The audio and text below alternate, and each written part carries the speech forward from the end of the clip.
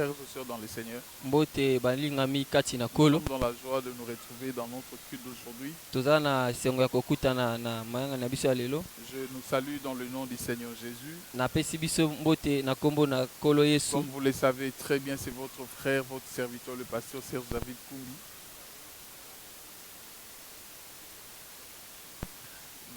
On se retrouve dans notre culte d'aujourd'hui Tokutani na mayanga na biso ya afin de lelo. partager la pensée de Dieu. Natina kokabola likanisi na Je Nzambe. demande à ce que la grâce de Dieu soit sur tout un chacun de nous. Na sengi ngolu ya Nzambe za kolo. Amen. J'aimerais nous inviter à prier et puis après qu'on va lire la parole de Dieu. Na kobengisa biso tobondela nde na Père, nous voulons te dire merci pour la grâce. tata toli koloba matondi pona ngolu. Merci pour la fidélité. Matondi Merci pour le temps que tu nous as accordé. pona ngolu. Merci pour l'amour manifesté à notre égard. Merci de nous approcher de toi. Merci de libérer ta présence au milieu de nous. Merci de la libérer en nous. Merci d'affecter nos vies. Merci de changer nos vies. Merci de transformer nos vies. Merci de transformer notre être. Nous te bénissons, nous te louons. Nous voulons te recommander, te confier ces temps. Je prie que tu sois le maître de ces temps. Je prie que tu sois celui qui coordonne toutes choses. Nous nous recommandons à toi, ce Père. Au nom de Jésus. Parle-nous par le Saint-Esprit. Édifie-nous par le Saint-Esprit. Au nom de Jésus. Nous avons ainsi prié. Amen. Amen. Nous prenons nos Bibles là où nous nous trouvons. Ça dépend de tout un chacun. Vous pouvez faire la lecture debout comme assis, ça dépend de vous. Je prends le passage que nous avions lu dans notre dernier culte que j'ai tenu comme ça. Ceux qui ont une bonne mémoire peuvent se souvenir. Exode chapitre 5 à partir du 19e verset. Les commissaires des enfants d'Israël virent qu'on le rendait malheureux en disant: vous ne retrancherez rien de vos briques. Chaque jour la tâche du jour. En sortant de chez Pharaon, ils rencontrèrent Moïse et Aaron. Ils les attendaient. Ils leur dirent que l'Éternel vous regarde et qu'il juge. Vous nous avez rendu au Dieu à Pharaon et à ses serviteurs. Vous avez mis une épée dans leurs mains pour nous faire périr. Moïse retourna vers l'Éternel et dit: Seigneur, pourquoi as-tu fait du mal à ces peuples? Pourquoi m'as-tu envoyé? Depuis que je suis allé vers Pharaon pour parler de ton nom, il fait du mal à ces peuples. Il n'a point délivré ton peuple. Je prends le chapitre 6, le verset 9. La Bible dit: Moïse parla ainsi parla Moïse aux enfants d'Israël. Mais l'angoisse et la servitude, les empêchaient de l'écouter. Le dernier verset que je lis du chapitre 6, vous pouvez voir comment l'angoisse et la dure servitude a empêché les peuples de Dieu à écouter la voix de Moïse. Parce que souvenez-vous que j'ai expliqué ce texte la fois passée. Je dis que l'arrivée de Moïse en c'était pour la délivrance du peuple d'Israël. Mais ça n'a pas commencé avec la délivrance. Ça a commencé avec des durs travaux, dure servitude. Pharaon a multiplié, il a augmenté la punition. Il a multiplié, il a augmenté des choses pour faire souffrir le peuple de Dieu. Parce que Moïse est venu dire à Pharaon que l'Éternel, le Dieu des Hébreux, m'a envoyé vers vous et m'a dit de vous dire de libérer son peuple. Cette parole, c'était inconcevable chez Pharaon. Il n'avait pas voulu absorber, il n'avait pas voulu avaler cette parole. Frère, écoute la pensée que je suis venu partager avec nous ce soir, ou ce matin, selon l'heure à laquelle vous. Ici, Israël souffre, le peuple de Dieu. Il souffre parce qu'on a multiplié la souffrance. Il souffre parce que, comme ils ont dit à Moïse et Aaron, vous avez mis une épée dans la main des pharaons et cette épée est en train de nous faire du mal. Israël souffrait. Mais de l'autre côté, on sait si on peut retrouver cette dure servitude a permis à Israël de découvrir de quoi il est capable. Il ne savait pas que sans les outils, sans les instruments que Pharaon leur donnait, ils étaient capables de produire la même production, la même quantité de briques. Ça, ils ne savaient pas. Ils oubliaient que sans les instruments des pharaons, ils étaient capables de donner la même production de choses qu'ils faisaient autrefois. Ça, ils ne savaient pas. Il a fallu que Pharaon leur prive des instruments et qu'ils travaillent avec la force de leurs mains et donner le même résultat pour savoir à quoi ils sont capables. Je viens partager avec toi cette pensée. Et surtout dans le période qui est en train, que le monde est en train de traverser. Période de confinement, période de crise, période de virus. Où la plupart des gens ils sont restés à la maison. La plupart ils sont confinés dans des maisons. Je viens partager avec nous cette pensée. Frères et sœurs, il y a des crises qui arrivent. Un peu comme Israël a connu cette dure servitude. Il y a des moments qui arrivent, il y a des situations qui arrivent dans la vie où on se pose des questions et quelquefois on se voit limité. Quelquefois on ne sait pas comment s'en sortir. Parce qu'on a comme l'impression qu'on nous a arraché tout ce qui faisait notre force. On a comme l'impression qu'on nous a enlevé des choses qui faisaient autrefois notre production, notre force. Mais Dieu veut nous enseigner que malgré l'absence des instruments des pharaons, c'est possible de vivre et d'avoir la même vie. C'est très possible de vivre et d'avoir les mêmes modes de vie, les mêmes niveaux de vie, sans travail, sans production, sans faire certaines choses, certaines activités. Mais tu te rends compte comment tu manges. Tu te poses des questions, comment je mange. Tu te poses des questions, comment je paye les loyers. Tu te poses des questions, comment je vis. Tu te poses des questions, comment les choses avancent. Comment j'arrive à subvenir aux besoins de ma famille, aux besoins de ma maison. Tu te poses des questions alors que certains instruments, alors que certains outils t'ont été enlevés. Mais tu continues à vivre et puis tu tiens bon. Au fait, je suis venu t'annoncer que l'épée des pharaons nous fait découvrir une autre dimension de Dieu en nous. Une autre capacité que Dieu a placée en nous. Je viens par la même occasion déclarer, avec ou sans l'épée des pharaons, tu produiras la même quantité, la même production. Rien ne va diminuer dans ta vie. Rien ne va s'enlever dans ta vie. Les dieux de la Bible, il fera pour que tu vives la même vie que tu avais quand tu travaillais, quand les choses étaient bonnes, quand tout évoluait bien. Dieu fera à ce que le moment de crise, que tu gardes la même chose, que rien ne diminue en toi.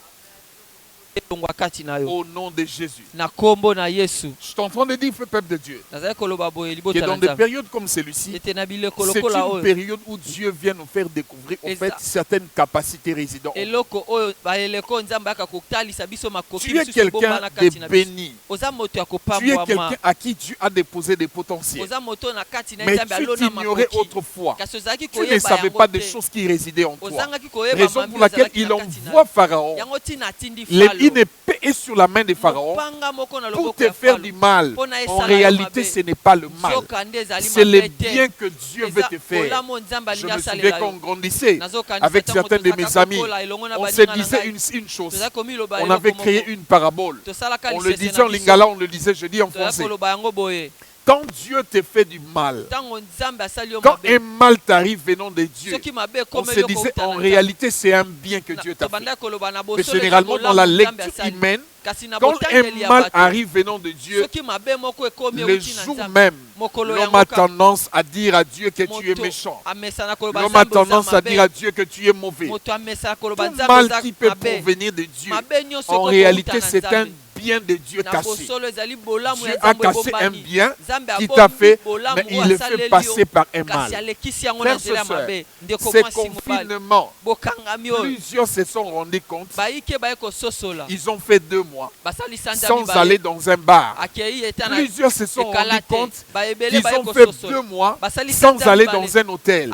Plusieurs se sont rendus compte qu'ils ont fait 2 mois sans commettre l'adultère ou l'impudicité, sans faire le péché, sans voler parce que tu rentres à la maison. Tu étais habitué à voler dans le travail, maintenant tu es confiné dans la maison. Tu as fait plusieurs temps sans le faire. Dieu veut t'annoncer que tu as la capacité de vaincre ces choses. Tu as la capacité. C'est le message que Dieu t'a envoyé. Si tu le comprends dans le confinement, quand Pharaon te prive de ses instruments, il t'arrache des choses qui faisaient que tu sois dans la joie. Tu dois être dans une boîte de nuit. Autrefois, pour que tu sois dans la joie, tu dois suivre une concubine. Autrefois, pour que tu sois dans la joie, tu dois être dans l'ivrognerie. Mais depuis un certain temps, on t'a arraché ça. Et puis tu vis. Et puis tu as une vie heureuse. Tu ne comprends pas que dans ces mal-là, c'est qu'on peut appeler mal. Dieu t'a fait du bien. Là, tu n'as pas compris.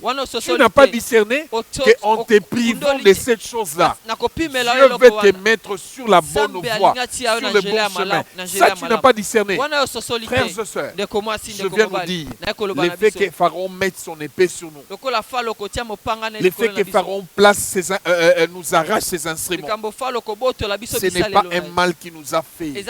C'est le bien que Dieu a prévu. Dieu vient te faire découvrir. Tu es capable, pardon. Dieu vient te faire découvrir. Le coronavirus a fait. On nous a arraché nos cultes. On nous a arraché nos temps de communion fraternelle. On nous a arraché les temps de se réunir avec les frères et sœurs. Le diable peut tirer la gloire. Donc ça, il peut croire qu'il est puissant. Mais laisse-moi te dire, dans des temps comme celui-ci, il y a des chrétiens qui sont en train de se perfectionner. Il y a des chrétiens qui vivent des retraites en retraite. Il y a des chrétiens qui vivent des prières en prières. D'autres vivent de jeûne en jeûne.